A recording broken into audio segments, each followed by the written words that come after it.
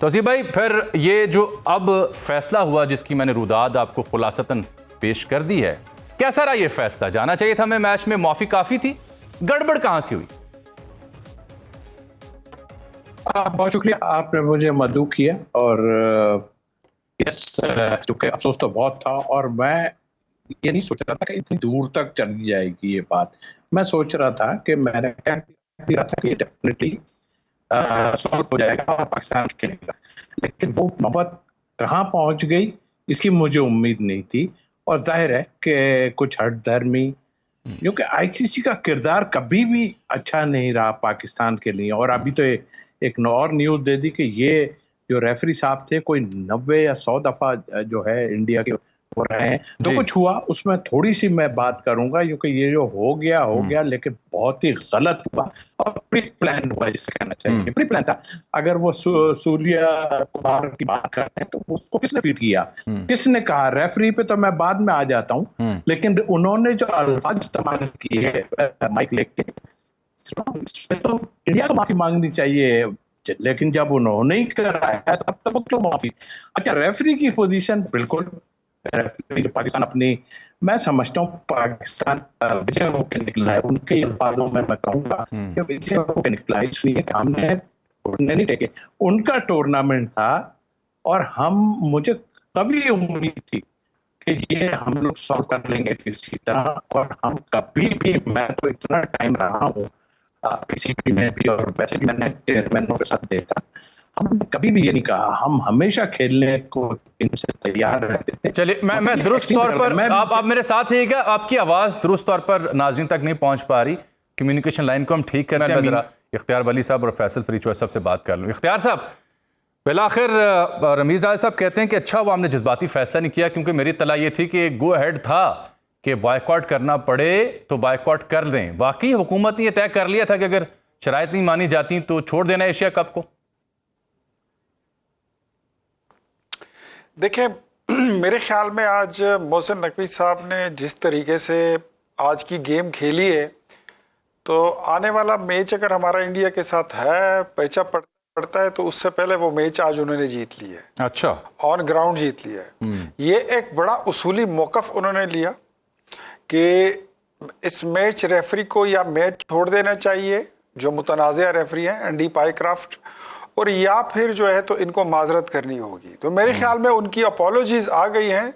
तो अब जो है पाकिस्तान का जो एज है वो अब ऊपर पे हम आ गए हैं, और हमारी जो पोजीशन है वो बड़ी, मेरे ख्याल में एक उसूली मौकफ अपनाया गया, उस पर डटे रहे तो अल्लाह ने इज्जत भी दे दी। ये मैच से पहले मैच जीतने वाली बात है। और मेरे ख्याल में मोहसिन नकवी को, जो उनके साथ वहां पे टीम मौजूद है, उन सारी टीम को इसकी मेरे ख्याल में मुबारकबाद देनी चाहिए। ये एक बड़ी अचीवमेंट है। और जो उन्होंने किया था वो भी अपनी हद से तजावज किया था। How come you can stop a team leader, a captain, कि आपने हाथ नहीं मिलाना, आपने मुसाफिया नहीं करना? आप होते कौन है? आपको ये इख्तियार किसने दिया है?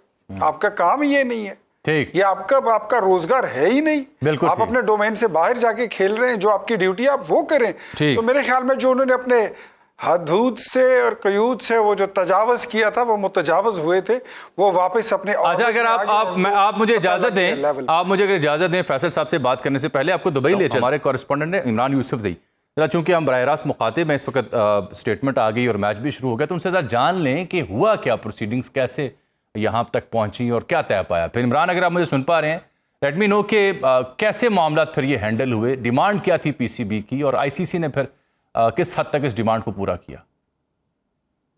जी जावेद साहब, बहुत शुक्रिया। देखिए, सबसे पहले तो ये बता चलो कि हमने सुनो न्यूज ने ये न्यूज ब्रेक की थी कि रेफरी को माफीनामा के लिए तलब किया गया स्टेडियम से।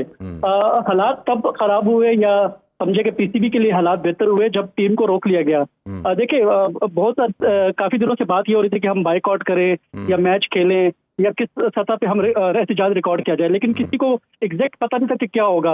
इवन के एशियन क्रिकेट काउंसिल को भी इस चीज का खबर नहीं थी कि पाकिस्तान पीसीबी का नेक्स्ट स्टेप क्या होगा। उन्होंने रेगुलर सिचुएशन के मुताबिक, जो प्रोटोकॉल्स होते हैं उसके मुताबिक, अपने दुबई वक्त के मुताबिक उन्होंने बस भेजी, और तब हालात बिगड़े जब टीम नीचे लॉबी में पहुंच गई और टीम ने कहा जी हमें मैनेजमेंट की तरफ से ग्रीन सिग्नल नहीं मिला, जब तक नहीं मिलेगा तब तक हम बस में सवार नहीं होंगे। तो तब डेवलपमेंट होना शुरू हुआ, तब एशियन क्रिकेट काउंसिल के ने होस्ट के दाखिल लिए और फिर से जो है इजलास शुरू हुए और मुज़ाकरात शुरू हुए। उससे पहले तो बिल्कुल नॉर्मल थे, कुछ नहीं लग रहा, ऐसे ही लग रहा था कि टीम जाएगी, मैच खेलेगी, मुज़ब्बतें होंगी और कुछ नहीं होगा। लेकिन फिर जो मैच रेफरी हैं, वो सबसे बड़ा मुतालबा था कि मैच रेफरी जो इसकी बुनियाद बनी, जिनका काम था कि इस चीज को रोकने के लिए, और वो इसमें पार्टी बन गए। तो अगर इंडिया की तरफ से मुतालबा किया गया कि वो हाथ नहीं मिलाएंगे, तो मैच रेफरी का काम बनता था कि वो उसमें मीडियोकर का किरदार अदा करे और उनको बता दे कि नहीं, ये रूल की खिलाफ वर्जी है। हम उन्होंने खिलाफ वर्जी की और उन्होंने उसमें इंटरफेरेंस नहीं किया और उन्होंने इंडियन की साइड ली।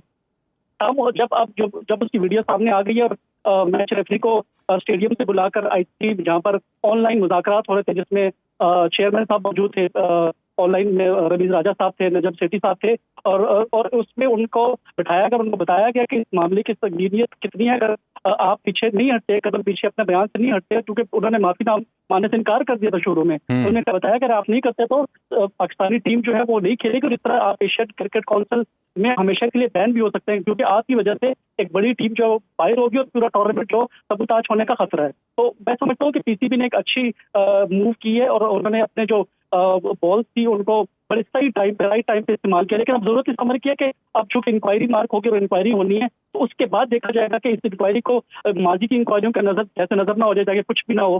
तो यकीनी तौर पर चेयरमैन साहब को इसको फॉलो कर लेना चाहिए, और यहाँ पर जो इनका स्टाफ मौजूद है उनको भी इसको आईसीसी को इनको फॉलो अप लेना चाहिए प्रॉपर तौर पे। जी बहुत शुक्रिया आपका इमरान यूसुफजई। फैसल साहब, अगर आप मुझे सुन पा रहे हैं? जी जी बिल्कुल। आज फैसल साहब, हाउ इज इट सर, कैसा लगा आपको ये डिसीजन? क्योंकि एक राय ये थी कि बायकॉट कर देना चाहिए हमें एशिया कप का। जमी साहब, गुजारिश ये है कि बायकॉट तो खैर किसी भी मसले का हल नहीं होता, ठीक, इसमें तो कोई दूसरी राय नहीं है कि आपको मैच खेलना चाहिए था।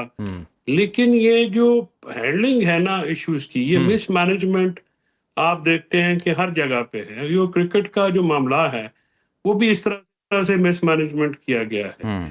यानी आप ने सारा दिन ये तासुर दिए रखा कि जी हम बायकॉट कर देंगे, उससे क्रिकेट टीम जो आपकी वो बिल्कुल नए लड़के हैं। पिछली दफा भी आपने देखा उनके साथ, उनमें वो तड़ नहीं थी। इवन सुनील गावस्कर जैसा जो संजीदा आदमी है, उसने ये कहा कि 1966 से लेके आज तक जो पाकिस्तानी क्रिकेट टीम थी, ये सबसे बुरी टीम है।